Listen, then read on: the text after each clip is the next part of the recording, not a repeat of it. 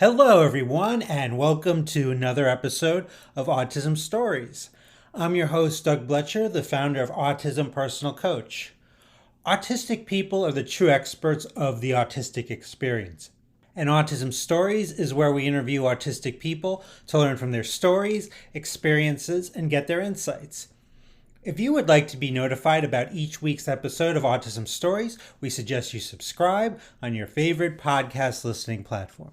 We would also appreciate it if you could give us a positive rating and review, as it will help others to learn about autism stories.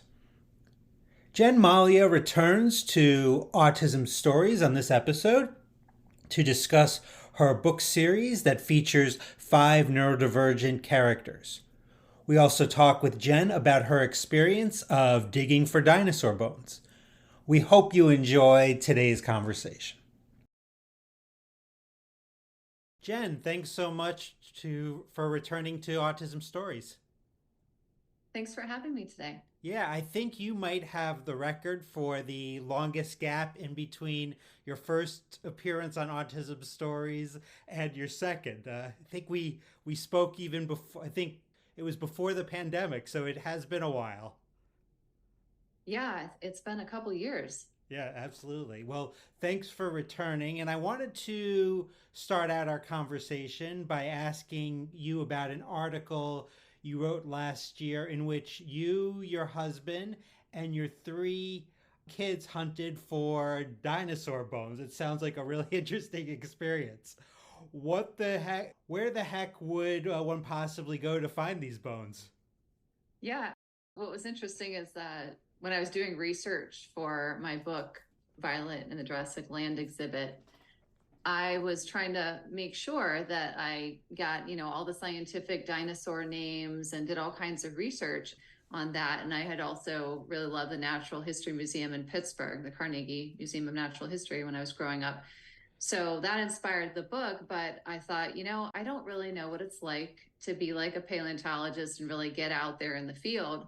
And the 2 opening chapters of the book did have that experience because my characters' parents are paleontologists. So I thought, well, where can I go?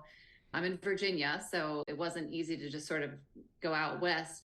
But I did find a place called Dinosaur Park, and it's located in Maryland, and they have an active dig site there where you can actually visit on Saturdays. It's a free event to just check out the place and participate in.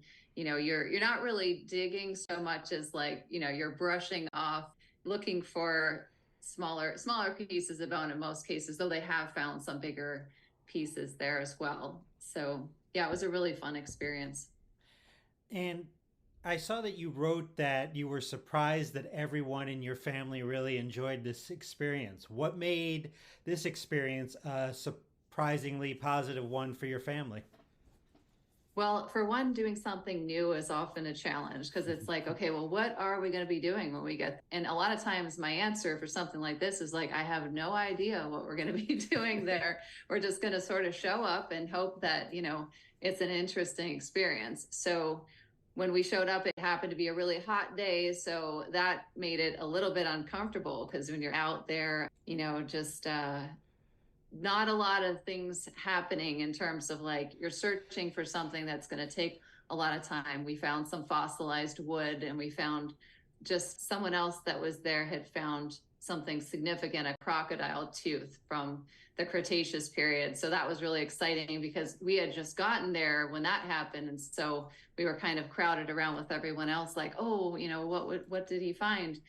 So that was really exciting too. But I think a lot of times that it's surprising because we're not really sure if what kind of experience it might be. I mean, it wasn't particularly loud because we were outside, so that was good. And it wasn't even that crowded. I mean, there was a time where we were listening to information about, what the rules were for the dig site. You had to make sure, you weren't running around. So that also, my kids are good with following rules. So that was nice that they took the time to really explain that this is a really important dig site and you can't just be running around because you could break potentially scientifically significant bones. So yeah, it was fun. Surprisingly, everyone enjoyed it, and it was a great experience for the whole family. Currently, you have a new project. It's a new chapter book series that's coming out called the Infinity Rainbow Club that features five different neurodivergent children in a club at an elementary school. Now, the first book, Nick and the Brick Builder Challenge, focuses on the universal struggle of learning to work together on a team, told from the perspective of an autistic child. I know it can definitely be a struggle when you have to work with more than one person at a time, as it can be very anxiety provoking for many reasons working in groups. What have been some of the biggest challenges for you in working in groups or on teams? Yeah, I think it's always been hard, especially because, well, growing up, I didn't know I was autistic. So a lot of times, just even my difficulty with talking, let alone, working with other kids. And then even as an adult, I would say that until I got my diagnosis, I was 39 years old when I, finally was diagnosed. It was always like social anxiety that kind of made it difficult for me to work with other teams, but also my perfectionist tendencies. I always wanted to get things just right a certain way. And that's a lot of what I kind of invoked in my character, Nick, in the Brick Builder Challenge. Nick is very much wants to do it his way. And I think growing up for me too, it was always, it's not that I didn't want to cooperate with other people, but it was just so hard for me to just let go of my way. Like, I'm still like that. I do laundry a certain way and it has to be done that way, not any other way. So it's really hard, I think, sometimes to find ways to work in groups that also don't conflict with just my sort of somewhat controlling personality. I like to take control, and I always realize that sometimes I'm taking a little too much. And that's something I had to learn sort of throughout my life. Like, how can I cooperate more with others? And so I thought that was like a universal struggle that any kid probably has trouble with, but maybe more so if you're on the spectrum. Now, when I do laundry, I have a very particular way I do it as well. But if someone else is doing my laundry, they can do it any way they want. Yeah, that's great. I still can't let anybody else do my laundry. In working with groups, what do you think are some principles that maybe group leaders should follow to allow neurodivergent children to be more likely to have better experiences in those types of settings? Yeah, I think the first thing to recognize is that there are a lot of, so like if you take a typical classroom, at least 1 in 5 kids are neurodivergent. So if you think about a classroom of 25 students, probably at least 5 of them, whether they have, whether they're autistic, whether they have ADHD, OCD, dyslexia, dysgraphia, and other brain differences, there's going to be a lot of different ways in which kids want to work in teams. And sometimes you just have to be more flexible about how you allow the assignments to be completed. So like, for example, like if a kid has ADHD and, sitting down and working at a table, maybe they need flexible seating, like a wobble stool. Maybe they also need to be able to get up and move around to really kind of tap their creativity. But I think a lot of times, like, I've found, like, throughout my life too, that working in groups, but, setting certain expectations, but also being flexible about how things are done. And a lot of times too, different kinds of modes of, using like visual components, not necessarily relying on just like one mode of communication. Like if it's, has audio and visual components, these kinds of things can make group assignments more interesting for neurodivergent kids, but also just allow them to use all the different kind of forms of creativity. For me, the thing that takes the greatest toll on my energy is when I have to deal with someone who I feel is judging me or isn't being open in accepting me. And these things definitely can happen in groups for sure. Now, the last book of the Infinity Rainbow Club tackles this very theme with the main character in the book who has ADHD. What are some things that might help neurodivergent children to prepare to deal with these types of situations? Yeah, so the third book, Connor and the Taekwondo Tournament, is specifically showing this rivalry that Connor, my character, has with another boy named Wyatt. And what's interesting is Wyatt is kind of new to the school, but not new to Connor because they had been in Taekwondo and he sort of moved into his area, and so now is at his school and also now at his dojo, but they used to be competitors. So what's interesting is that I have actually my character Nick, my main character, who is has ADHD. He's actually really not accepting of Wyatt at first. So what I tried to show is from the character's point of view, how he is very resistant to having Wyatt kind of come into his life. And so a lot of times the reader is reading this and being in the thoughts of Connor and thinking, why is he so, why is he not accepting of Wyatt? So it's like we're kind of like reversing it so that from Connor's point of view, Wyatt is judging him, and yet it really seems to be the reverse from the reader's point of view. And I thought that was kind of interesting because it shows the character's growth over the course of the novel too. A lot of the conflict comes from that way in which my character Connor is actually the one that's not being so accepting. And then his other friends in the Infinity Rainbow Club, the other neurodivergent kids, you can tell also from their interactions and conversations with him that, they're trying to open up Connor's point of view as well. I enjoy the title of this club, the Infinity Rainbow Club. Where does that come from? So the Infinity Rainbow symbol for neurodivergence was what inspired it. And so in the first book, Nick and the Brick Roader Challenge, I have my main character, Nick, explain that he had come up with the idea for the club.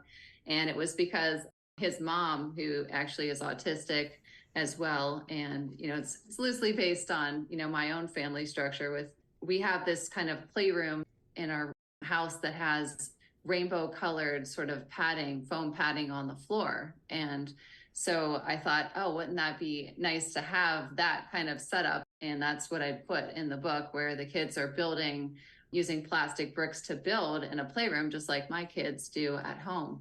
And so I also wanted Nick to be the one to tell his special education teacher at school, wouldn't it be great to have an Infinity Rainbow Club where, other kids that are different like me could spend time together? And so that's what they do. They meet after school and do all kinds of fun activities, like they build the brick building challenge that they have in the first book, but then also the Jurassic Land exhibit with augmented reality that they work on at the Natural History Museum in the second book. And then in the third book, some of the kids in the club are in the Taekwondo club. And then we also have Connor teaching his Infinity Rainbow Club like a Taekwondo lesson during their after school time as well. And to me, I always, if things are the same, I'm usually pretty bored with it and it's not very interesting. Different to me is in a way better. So I was just interested why you made the conscious decision for this book series to have each character to be neurodivergent in a different way. Yeah, I wanted to show a full range of representation. So I have that kind of range in my family as well. We're all neurodivergent. So in my family of 5, we have different combinations of ASD, ADHD, OCD, dyslexia, and dysgraphia. I wanted that representation to be there because that's exactly what it's like in schools and, just in everyday life. The chances that you're going to encounter someone that's neurodivergent are pretty high. In fact, I've heard statistics that 1 in 5 people are now being diagnosed with dyslexia, which means the at least 1 in 5 are neurodivergent would be far more than that. So I think it's important to show that representation so that kids can see others like them in children's books. Definitely. And I think it's really important because when we're neurodivergent in different ways, we have different support needs and how to accommodate those things in a group setting or in a family setting are, I think, really critical to the success of the individuals. Yeah, and I actually, so in addition to having an autistic character as the main character in book 1, I also have a non-speaking autistic character she's a secondary character, but still one of the sort of 5 neurodivergent characters that are sort of featured in the club. The club's larger than 5, but the 5 fourth graders that are, the point of view switches from book to book. So she is still one of the main characters and she communicates with a tablet. I thought that too was important to show that, autism isn't just, there's a full range of different support needs within the autism community. Absolutely. And how can our listeners purchase the books in the Infinity Rainbow Club series? So they're available everywhere that books are available, but on my website at jenmalia.com, I have links to like Amazon, Barnes and Noble, my publisher, Beaming Books, and yeah, and a lot of even places in the UK like Waterstones and W.H. Smith. Well, Jen, thanks so much for returning here to Autism Stories. It was great catching up and learning more about the Infinity Rainbow Club. Thank you so much for having me. Thanks so much to Jen for the conversation. To learn more about Jen and her book series, please check out the link in the podcast description of this episode. Here at Autism Personal Coach, our clients are the experts, our coaches are the guides. The majority of supports for autistics are not helpful. They try to fix us, not support us. That's why many are confused when we say our clients are the experts of their lived experience. Our clients are the experts for what has worked for them and about the things they need and want in their lives. Our coaches first listen to our clients and then ask thoughtful questions, offer resources, and strategize with our clients so they can get what they need to thrive. Would you want a guide in your life to coach you to get the things you desire? If so, then visit autismpersonalcoach.com for more information. I hope you enjoyed this episode of Autism Stories, and if you did, if you could tell a friend, foe, or anyone you know about it so they could have the same enjoyable and educational experience as you when listening to Autism Stories, be very much appreciated. Until next time, I'm Doug Bletcher of Autism Personal Coach. Talk to you then.